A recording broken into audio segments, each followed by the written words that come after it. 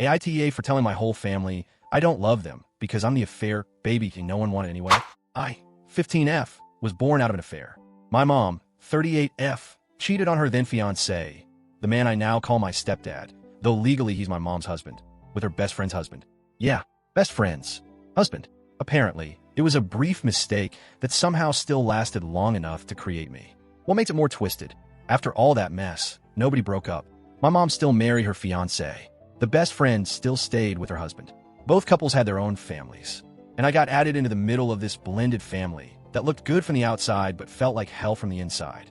Growing up, everyone pretended like nothing had happened, like I wasn't living proof of betrayal. I always felt like a ghost in someone else's house. My mom and her husband had 2 kids before I was born, my half-brother and half-sister. On the other side, my biological dad, the affair partner, had 3 kids with his wife. But I lived with my mom's family most of the time. From the start, it was obvious I wasn't one of them. No one said it, but everything screamed it. My siblings would team up against me, blame me for anything that went wrong. If something broke, I did it. If someone was upset, I must have said something. I get accidentally pushed too hard, told I was annoying, excluded from games and jokes. When I was 7, my sister locked me outside the house and told me I should have never been born. I was barefoot in the cold, crying. When I told my mom, she said I probably provoked her, that maybe I should learn to be less dramatic. Even as a kid, I felt it. I was the outsider. I wasn't her kid, I was her mistake. My mom never beat me. She fed me, dressed me, showed up to school stuff when absolutely necessary. But there was no affection, no warmth. No, I love you, unless someone else was watching. She treated me like a responsibility, not a daughter. Like I was a job she didn't apply for, but couldn't quit. The man she married, her fiancé during the affair, never pretended. He never called me his daughter. He never smiled at me, never came to my plays, never asked about school unless I messed up. He called me by name, and only if he absolutely had to. When my half-siblings broke a rule, they got a soft talk about making better choices. Well, I did the same thing. I got lectured like I committed a felony. It didn't matter what it was, curfew, grades, even tone of voice. He always made sure I knew I didn't belong to him. My bio dad, still married, still with his wife. I'd visit their side on holidays or birthdays. His kids weren't mean, just distant. They never included me, never asked how I was doing. I was a technical presence, not a person. Once, when I was maybe 10, one of his kids gave me an old hoodie they didn't want anymore. I remember it vividly, not because I needed it, but because it was the only time anyone from that side did something remotely kind. That's how low the bar was. An old hoodie felt like affection. When I was 9, we had a birthday party for one of my cousins. Everyone from both sides was there. One of my older half-siblings dared me to eat a cookie with nuts in it. I have a serious nut allergy. I said no, obviously, so they thought it'd be funny to smear the cookie on my face. I had a full-blown reaction. Face swelling, throat closing, ambulance ride. It was terrifying. I could have died. In the hospital, my mom cried. Said I scared her.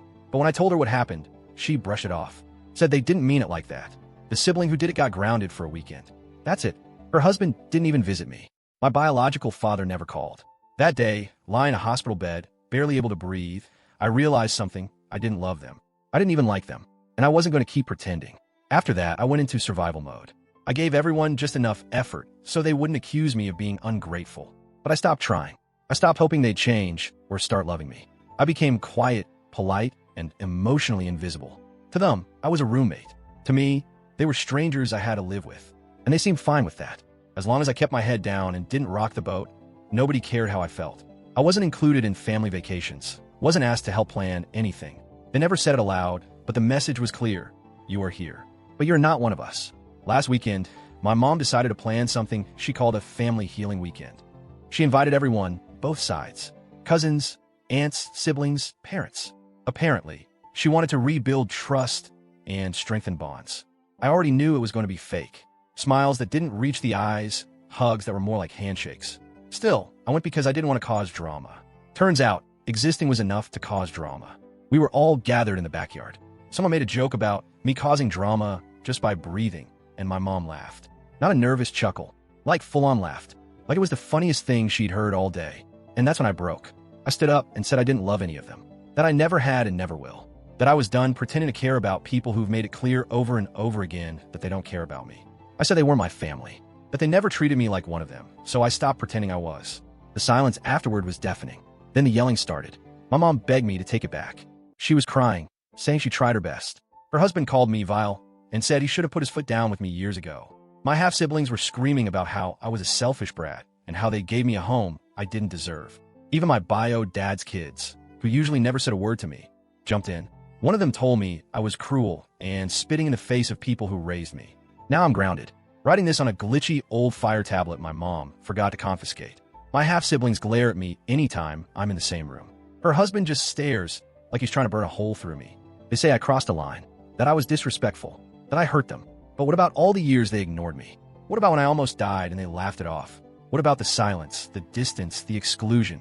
I finally said what I'd been holding in for years, and now I'm the villain? I didn't say it to hurt them. I said it because it's true. I'm tired of being a prop in their happy family fantasy. I'm tired of pretending that a house full of people who don't love me is a home. And I'm tired of being punished for simply existing. I'm not looking for pity. I just want to know, was I really that wrong for saying it out loud?